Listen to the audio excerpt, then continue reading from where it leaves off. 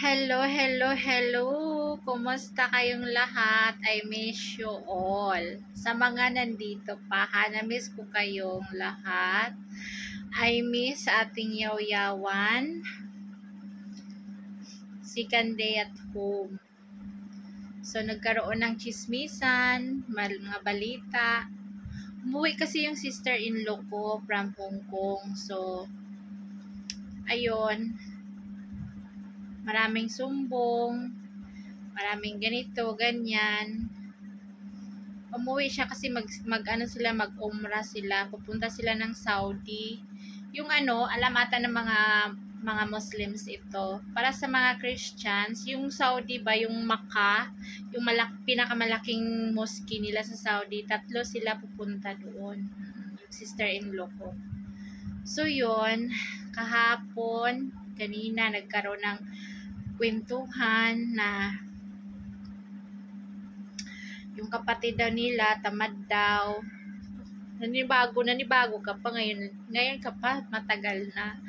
Tapos, yung mga bata, hindi maayos ang pagpapakain, kaya nakikiusap sila na wag ka nang bumalik. Kasi sabi ko, babalik ako dun magtatrabaho pa ako. Sabi ko, nakiusap yung kapatid niya, sabi niya, please, utang na loob, wag ka nang bumalik kasi yung mga anak mo, kailangan kanila, hindi tatay ang kailangan nila. Hindi sila pinapakain ng kapatid ko sa araw galing sa school. Hindi katulad mo na kapag andito ka, pagdating nila, may kanya-kanya na silang plato. Talagang iba talaga, oo. Nakikiusap yung sister-in-law ko, para sa mga anak mo naman yan Saka ka na magtrabaho pag medyo malaki na sila. Sami at saka si Mayra, katulad ni Bilal.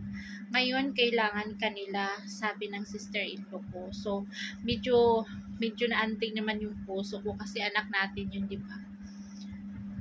Sabi talaga nila, galing sila sa school sa araw, hindi yan nilulutuan ng asawa mo or ng kapatid ko. Unlike talaga before na andito ka sa bahay, pagdating talaga nila, may rice na, may ulam na, nakaluto ka na. Yung kapatid daw talaga nila, hindi daw talaga pwede maiiwan ng bata. So, sabi, bakit? May pera naman akong iniwan sa kapatid mo. Sabi niya, hindi siya bumibili. Very kuripot daw. Kuripot daw si Elias, hindi daw binibili ng pagkain. Binigyan din daw niya, tapos hindi daw, basta iba daw talaga yung babae sa bahay na mag-alaga sa mga bata. Kasi tayong mga ina, ang isip natin talaga is advance Oo, yung mga lalaki, lang mga iniisip niyang mga lalaki na yung mga kalibugan. Stress ako kay Elias magtatrabaho.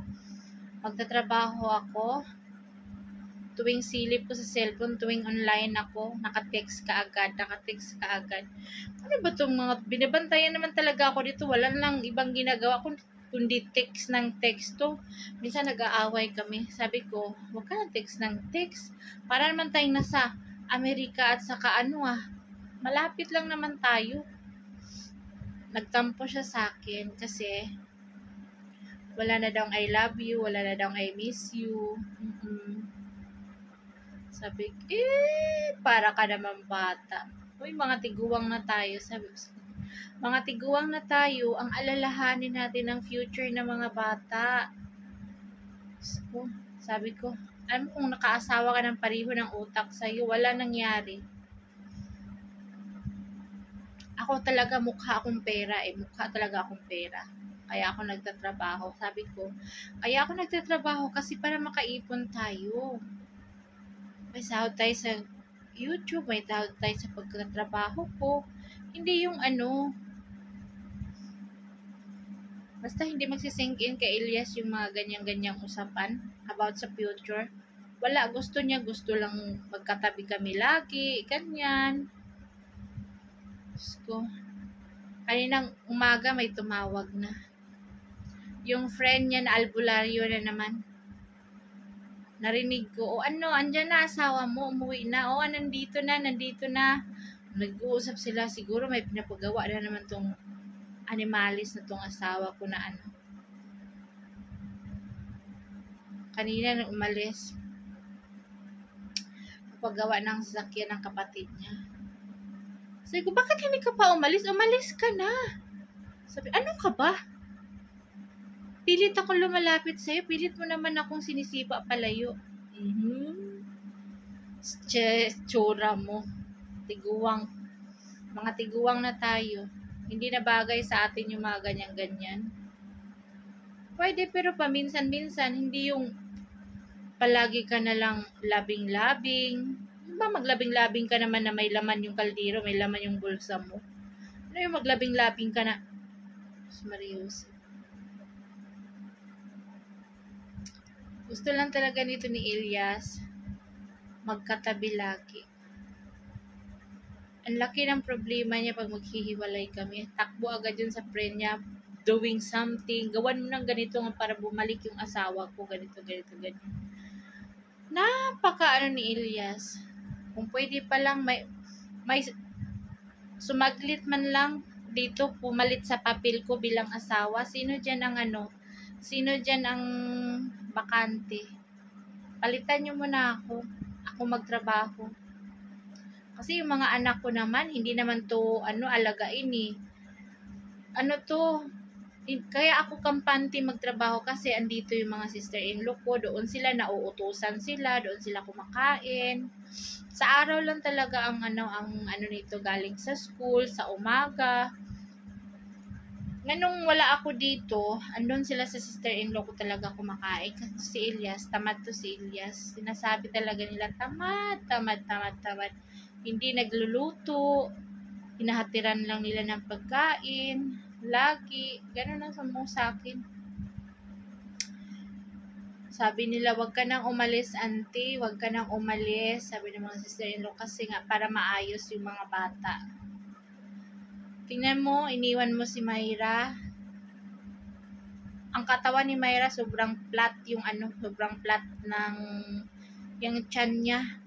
Kasi nga walang pagkain, mga chapati, sausaw lang hindi man lang sila mahilig sa chapati. Pag may rice talaga yun sila eh. Si Bilal at saka si Mayra sobrang payat nila. Magkasing laki na sila ng katawan, si Bilal at saka si Mayra. Ito si Sammy, malaman naman to si Sammy. Kahit namang ialok na pagkain ni Sammy, kakainin talaga ni Sammy. Parang nagmana to si Sammy sa akin. Tabain. Tapos, ang nila, gusto ko pa talagang bumalik doon sa city, magtrabaho. Sabi nila, please, wag mo na ngayon. Kailangan ka ng mga anak mo. Si Mayra, si Sammy. Saka na pag kasing laki na sila ni Bilal, marunong sa sarili nila. Ngayon, hindi pa. Hindi maayos ang pagkain. Kiusap talaga sila sa akin. So, nakikita ko naman kay Mayra, sobrang liit talaga ni Mayra. Liit na ng katawan. Parang malaki pa yung hita ko. Sa katawan ni Mayra. Si Bilal at si Mayra, nagpariho lang silang dalawa. Sabi ko, ano kayong kinakain ito mga to? Baka puro lang chichirya lang siguro. Yung baon nila, puro chichirya lang.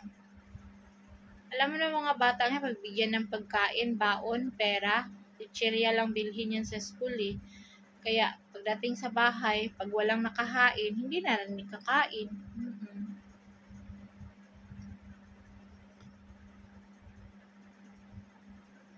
Gusto ko magtrabaho kasi alam mo yung may sweldo ka. Kahit anong trabaho, di ba?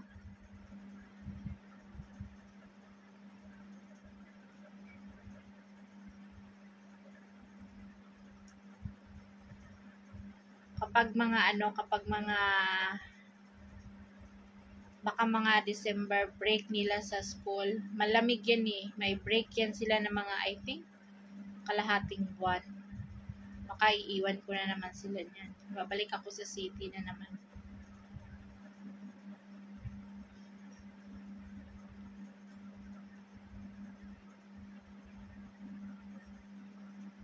Andito na naman tayo sa bahay. Samahan nyo ako araw-araw. Samahan nyo kami. Sana wag kayo magsawang sumuporta sa amin.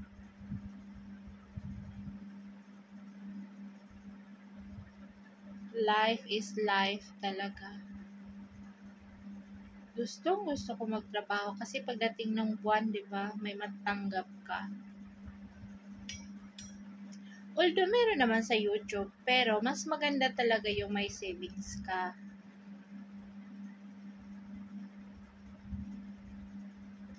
Happy watching pala sa mga Pinay sa Islamabad. Thank you. Sa mga OFW, thank you so much. And sa mga nag-message personally, kumusta ka? Sa hindi ako nakikita ng mga, I think, ilang araw. Oo. Maraming salamat sa inyong lahat. Sobra po. Thank you nung si Elias pa ang nagbablog. Maraming thank you. Samahan nyo ako ulit dito sa aming village or sa aming bukid dito sa Asad, Kashmir. Maraming thank you and hello to Sis Cora Bendesio sa Pinoy Food Store in Islamabad. Thank you so much. Salamat kay Ate Vilma nung nabinat ako. Ate Vilma Recibido na minasage ako. Sabi niya, nabinat ka, tapos yung ano mo, nalunod yung lagnat mo. Nagsabay-sabay na, kaya minamassage niya ako ng 2 beses. Nakakabinat. Pinasok ko ng lamig noon kasi sobrang lamig ng aircon sa bahay ng amo. Nung ginaw talaga ako, sobrang lamig. Pinasok ako ng lamig kaya nagkabinat, nagkahalo-halo na. So, thank you so much, guys. Salamat. And God bless. I miss you all and I love you all. Thank you.